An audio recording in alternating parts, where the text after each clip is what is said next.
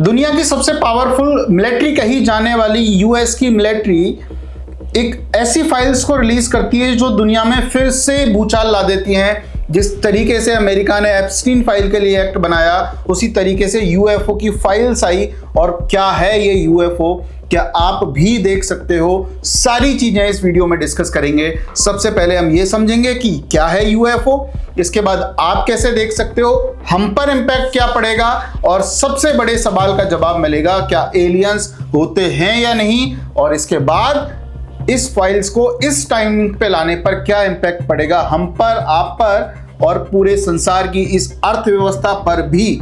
तो नमस्कार, मैं एडवोकेट आदर्श सिंघल, राजस्थान हाईकोर्ट जयपुर। अब आपके मन में अगर ये सवाल है कि वकील साहब आप तो साइबर पे वीडियोस बनाते थे, ये यूएफओ फाइल्स पर क्या वीडियो बनाने लग गए, तो वकील हूं, सबूतों के साथ आया हूं और सारी बातें आपको उस वेबसाइट पर जाके दिखाई जाएंगी जो ऑफिशियल वेबसाइट है। लेकिन उससे पहले आप ये समझ लीजिए कि 78 साल से दबी हुई उन फाइल्स को रिलीज किया जाता है और रिलीज करने के साथ साथ ऐसे सवालों के जवाब उसमें आते हैं। आपने सोचा कि इम्फाल का एयरपोर्ट, इंडिया के ही इम्फाल का एयरपोर्ट 3 घंटे के लिए शट डाउन कर दिया जाता है, बंद कर दिया जाता है। ईरान और इजराइल का जब वॉर की सिचुएशन 2024 में भी थी, तब एक एयर स्पेस के सामने क्या ऑब्जेक्ट दिखा और किस तरीके से चीजें हुई, धीरे धीरे इस चीजों को समझते हैं। सबसे पहले हम यूएफओ पे बात करेंगे। आपके मन में ये सवाल है कि व्हाट इज यूएफओ, तो अनआइडेंटिफाइड फ्लाइंग ऑब्जेक्ट, यूएफओ इसका नाम है। अब आपके मन में सवाल है कि साहब क्या कह दिया गया, क्या है ये पूरी कहानी, क्या है मामला। तो कुछ ऑब्जेक्ट्स देखे गए 78 सालों के अंदर, अलग अलग जगहों पर। चांद पर कोई साइंटिस्ट गया, उसने कोई नई चीज देखी, किसी ने पानी के अंदर देखी, किसी ने पानी के बाहर देखी। तो इन्होंने फ्लाइंग ऑब्जेक्ट्स को देखा और ये अनुमान लगाया गया कि एलियंस भी हो सकते हैं, क्योंकि ऐसी घटनाएं अलग अलग जगह पर, अलग अलग देशों में अचानक से क्यों हो रही हैं। और जब आप मूवीज में देखते हैं, एलियंस की थ्योरी भी आपने देखी, तो कहीं ना कहीं एलियंस होते हैं या नहीं, इन सवालों के जवाब मिले। इसका स्टार्टिंग में नाम दे दिया गया flying object, unidentified flying object यानी यूएफओ। अब इस पर भी बहस छिड़ गई कि यूएफओ इसको नाम नहीं होना चाहिए था, क्योंकि यूएफओ इसका नाम इसलिए नहीं होना चाहिए क्योंकि कुछ घटनाएं, कुछ ऑब्जेक्ट्स पानी के अंदर भी देखे गए, कुछ सतह के बाहर भी देखे गए, कुछ ठहरे हुए भी देखे गए, कुछ मूव करते हुए भी देखे गए। तो इसका एक दूसरा नाम दे दिया अनआइडेंटिफाइड एनोमलस फिनोमेना। मतलब क्या है इस यूएपी का? इसका मतलब यह है कि आप जिन घटनाओं को यूएफओ कह रहे हो, अनआइडेंटिफाइड फ्लाइंग ऑब्जेक्ट कह रहे हो, वो ना तो फ्लाई हुई, ना अंदर भी थी, बाहर भी थी, तो इसलिए इनको असंगत घटनाएं, अनोमलस फिनोमेना का मतलब हो गया असंगत घटनाएं, इनको कह दिया गया। अब जब ये असंगत घटनाएं होती जा रही थी, तो ट्रंप साहब और भी जो गवर्नमेंट की एजेंसीज हैं, वो एक सवाल उठाती हैं कि इसके लिए एक ऑब्जेक्ट के लिए, इन ऑब्जेक्ट को फाइंड आउट करने के लिए एक अथॉरिटी होनी चाहिए, और उस अथॉरिटी का नाम दिया गया RO, all domain anomaly resolution office. और इसका काम था, ये 2022 में एस्टेब्लिश कर दिया गया था। यूएस कांग्रेस ने एक ऑफिस जिसका नाम आरओ था, सिर्फ इन केसेस को इन्वेस्टिगेट करने के लिए। 2024 में उनकी रिपोर्ट ने 100 से ज्यादा यूएपी इंसिडेंट डॉक्यूमेंट किए, लेकिन कोई एलियन प्रूफ नहीं मिला था। और अब जब 8 मई 2026 को, यानी इस वीडियो के आने से 1 या 2 दिन पहले, प्रेसिडेंट डोनाल्ड ट्रंप के ऑर्डर पे पेंटागन ने 162 डिक्लासिफाइड फाइल्स को पब्लिश कर दिया जाता है उस वेबसाइट पर। और उस वेबसाइट पर भी मैं आना चाहूंगा, और उस वेबसाइट का नाम है war.gov। तो जैसे ही आप war.gov पर आएंगे, war.gov पर आप देखेंगे इस तरीके की इनकी एक वेबसाइट है, यूएस डिपार्टमेंट ऑफ वॉर। ये यूएस की एक ऑफिशियल वेबसाइट है जिसके लिए अलग अलग इनके मैसेजेस हैं, इंट्रो है, रिलीज हैं। इन्होंने अलग अलग तरीके के ऑब्जेक्ट्स को बताया कि साहब ये भी हो रहा है, जैसे आप स्क्रीन पर देख भी रहे हैं।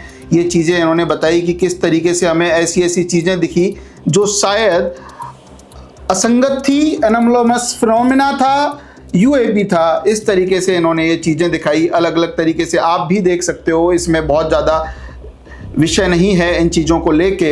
अब आते हैं अपन डोनाल्ड ट्रंप के साहब मैसेज पे इन्होंने क्या कहा, based on this tremendous interest shown, I will be directing the secretary of war and other relevant departments and agencies to begin the process of identifying and releasing government files related to alien and extraterrestrial life identified aerial phenomena UAP like this। इन तरीके से message दिया, ये directives बताए, release के लिए कहा गया और इस तरीके से ये फाइल्स रिलीज कर दी गई। जैसे ही आप इन पे जाएंगे 161 फाइल्स हैं, इनकी लोकेशन के बारे में बताया गया, इंसिडेंट डेट और इन सब चीज़ों के बारे में, रिलीज़ डेट के बारे में। FBI की फाइल्स थी। जैसे अगर मैं एक पहली फाइल्स पर क्लिक करूं तो पहली फाइल्स में इस तरीके की चीज़ें आपको देखने को मिलेंगी। इनको अपन डाउनलोड करते हैं, जैसे डाउनलोड किया, डाउनलोड करने पे आपको ये चीज़ें देखने को मिली कि war.gov पर क्या था, इन फाइल्स में क्या था, किस तरीके के ऑब्जेक्ट्स की ये लोग बात कर रहे थे। और गजब की चीज़ ये कि बहुत सारे ऐसे सवालों के जवाब आपको मिल सकते हैं जहां आपने सोचा एलियंस और इनकी थ्योरीज, क्योंकि ये डॉक्यूमेंटेड थे और गवर्नमेंट ने इन पर काम किया। ये जैसे पहली फाइल ही हमने खोली तो 184 पेजेस की ये फाइल थी। इसमें किस तरीके से इन्होंने जो भी मैसेज थे, सितंबर 6, 1966 को जिस तरीके से मैसेज आया, your letter dated enclosure has been received that I pressed interest which prompted to your right, इन सब चीज़ों के बारे में, इनके लेटर्स के बारे में कहा गया कि साहब हमें क्या क्या कब कब चीज़ें मिली। इसमें इस तरीके के ऑब्जेक्ट जो वहाँ पे न्यूज़पेपर्स में पब्लिश हुई चीज़ें, उन चीज़ों को बताया गया। और गजब की चीज़ ये कि आपके मन में भी सवाल आएगा कि आखिर में ऐसा होता है नहीं होता। कुछ एलियंस देखे गए, कुछ फ्लाइंग ऑब्जेक्ट्स देखे गए और इस तरीके से इतनी ज़्यादा बहस जो सिर्फ दबा के रख दी गई, क्योंकि इनको रिसर्च करनी थी, इनको देखना था, दुनिया के सामने नहीं लाना था। अब इस टाइम पर ये एक बहस छेड़ देते हैं UFO की, एलियंस होते हैं नहीं होते हैं, पता नहीं क्या ऑब्जेक्ट है, चाहे वॉर का ऑब्जेक्ट हो या नहीं हो। ट्रम्प साहब हैं, अलग अलग चीज़ें टाइम टू टाइम करते रहते हैं, इस तरीके की चीज़ें इन्होंने की। तो बात करते हैं प्रेसिडेंट साहब ने किया क्या। एक प्रोग्राम लॉन्च किया, आपने उनकी वेबसाइट देख ली, वेबसाइट पर जो डॉक्यूमेंटेड थे उनको देख ली। अब बात करते हैं उस प्रोग्राम की और इस वीडियो को अंत करते हैं उस प्रोग्राम के बातें बताने के साथ। प्रेसिडेंट ट्रंप ने एक प्रोग्राम लॉन्च किया जिसका नाम था pursue, presidential unsealing and reporting system for UAP encounters.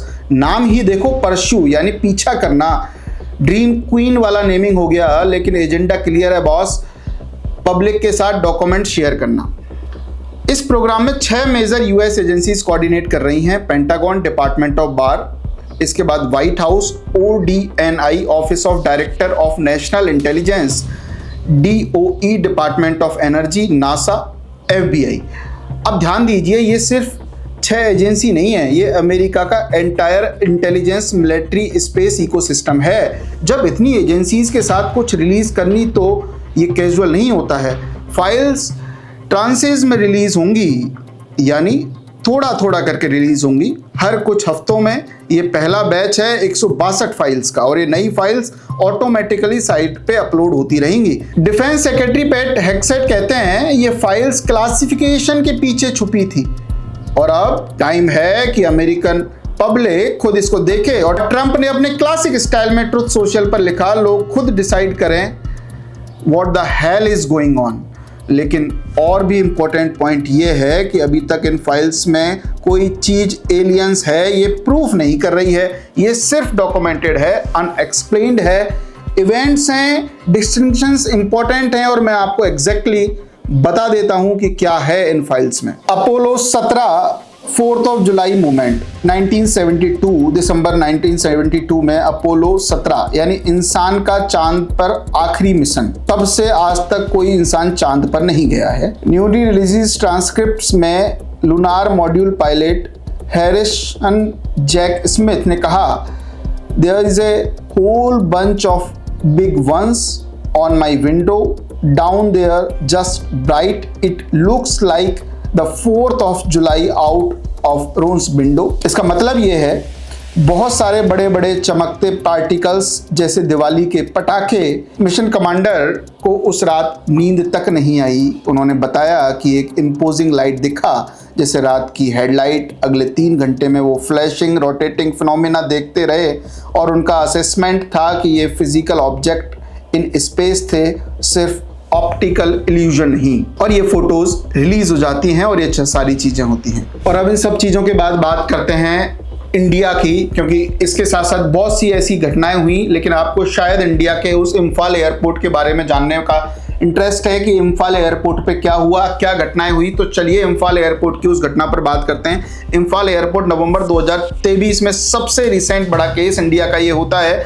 यहाँ मैं आपको एग्जैक्ट ये बता देना चाहता हूँ कि ये 3 साल पहले ही हुआ था। लगभग 2:30 PM पर इम्फाल का जो इंटरनेशनल एयरपोर्ट है वहाँ पे ये घटनाक्रम हुआ। CISF, ATC, ग्राउंड स्टाफ सब ने UFO देखा और सब ने अपनी नंगी आंखों से इसको देखा। एयरपोर्ट अथॉरिटी ने 3 घंटे के लिए एयर स्पेस तक बंद कर दिया था। इंडियन एयरफोर्स ने 2 राफेल फाइटर जेट्स को स्क्रैम्बल किए हाईसी मीरा एयरपोर्ट से। राफेल एडवांस डिटेक्शन इक्विपमेंट के बाद भी कुछ नहीं मिला। 500 passengers standard, 3 outbound flight cancel होती हैं, 2 इनकमिंग फ्लाइट डाइवर्ट की जाती हैं और इसके बाद ये पाया गया कि ये था UFO कह दो उसको या फिर आप UAP कह दो उसको, यानी ऐसे फिनोमेना जो असंगत थे, वो फिनोमेना जो अलग टाइप की दुनिया के थे, चीज़ें थी। और इस तरीके से इन फाइल्स में ये घटनाएं क्रम सारा कुछ इंडल्स है। अलग अलग तरीके से उन्होंने तो RO बना दिया, US की मिलिट्री ने, उन्होंने एक ऑफिस बना रखा है कि हम ऐसी एनोमलस फिनोमिनास को देखेंगे, असंगत घटनाओं को देखेंगे और सारे काम करेंगे। इंडिया किस तरीके से रिएक्ट करेगा? एलियंस होने के अभी तक इन 162 फाइल्स में सबूत नहीं है, जैसा कि एक्सपर्ट्स बता रहे हैं। हमने पूरी फाइल्स नहीं पढ़ी हैं, जितना भी हमें समझ में आया और लोगों से हमने सीखा तो उनका कहना ये है कि अभी तक एलियंस होने के सबूत नहीं हैं, लेकिन ये भी हो सकता है कि एलियंस होने के सबूत हों और ये बातें तभी बताई जाएंगी जब और फाइल्स रिलीज होंगी या इनको कोई डीप एनालिसिस करेगा। और सबसे लास्ट में हम बात कर लेते हैं कि आखिर हम पर इम्पैक्ट क्या पड़ेगा। तो इम्पैक्ट ये पड़ेगा कि सारे फिजिक्स के रूल्स ही चेंज हो जाएंगे, आर्मी की रेस बदल जाएगी। अभी तक हम न्यूक्लियर वेपन्स, आर्मी के हाइलाइट्स और इनकी बात कर रहे थे कि आर्मी किस तरीके से काम करेगी, हम रोबोट्स बनाएंगे, हम ये बनाएंगे, हम वो बनाएंगे, लेकिन उसमें भी टेक्नोलॉजी का यूज़ है। फिजिक्स के कुछ रूल्स हैं, उनके अकॉर्डिंग ही काम करना होता है उस टेक्नोलॉजी को भी। लेकिन जिस तरीके से ये मूवमेंट देखे गए, ना इन पर कोई फिजिक्स का रूल अप्लाई होता है, ना दुनिया के वो कानून, नियम, कायदे जिनको हम आज तक पढ़ते आ रहे हैं। हम आइंस्टीन की थ्योरीज, न्यूटन की थ्योरीज पढ़ते आ रहे हैं, इन पे कोई थ्योरी अप्लाई नहीं होती, क्योंकि जिस स्पीड से ये आते हैं, जाते हैं, जिस तरीके से मूव करते हैं, वो इम्पॉसिबल सी चीज़ें हैं। और अगर ऐसा हुआ और इसकी टेक्नोलॉजी अगर किसी देश के पास है, या तो ये एलियन है, और अगर एलियन नहीं है और किसी देश के पास ऐसी टेक्नोलॉजी है, तो लोगों को समझने में ही सालों लग जाएंगे कि आखिर इस टेक्नोलॉजी से पार कैसे पाया जाए। तो ये बात समझने की है। बड़ा शानदार सा विषय है, शानदार सा टॉपिक है, और जिस तरीके से ये न्यूज़ एक भूचाल ला देती है, अगर एक्चुअल में ऐसा कुछ होने वाला है तो बहुत खतरनाक है। शायद इससे फ़ायदा हो या नुकसान हो। कुछ मूवीज़ ज़रूर हैं जो हमने भी देखी हैं जिसमें एलियंस हुआ करते हैं और एलियंस की टेक्नोलॉजी है, लेकिन काम किस तरीके से करती हैं, धीरे धीरे अब शायद लोगों को ये चीज़ें समझ में आने लगें। हम भी उस एक्सपर्ट्स के उस कंटेंट पर विचार कर रहे हैं, देख रहे हैं। जितना भी समझ में आएगा हम कोशिश करेंगे आपको समझाएं। आप प्लीज़ हमें बताइए वीडियो कैसी लगी। Thank you so much. जय हिंद, जय भारत।